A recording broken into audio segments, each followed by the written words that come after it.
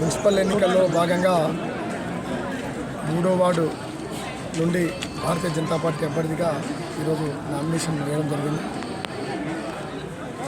మరి వార్డు ప్రజలకు ఒకటే కోరుకుంటా ఉన్నాం,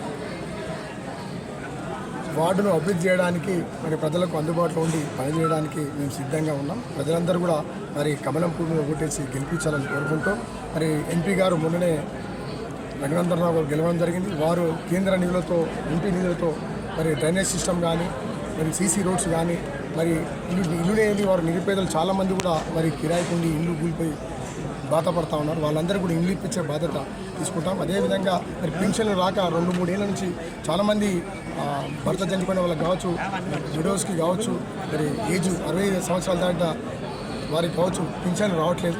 పింఛన్లు కూడా మరి ఎంపీ గారి సహకారంతో కేంద్ర ప్రభుత్వంతో మరి సమన్వయం చేసుకొని మరి పింఛన్లు కూడా ఇప్పించడానికి మరి సాయశక్తుల కృషి చేస్తానని కోరుకుంటూ వార్డు ప్రజలందరూ కూడా ఆశీర్వదించి నన్ను గెలిపిస్తే అందుబాటులో పనిచేస్తానని కోరుతున్నాను.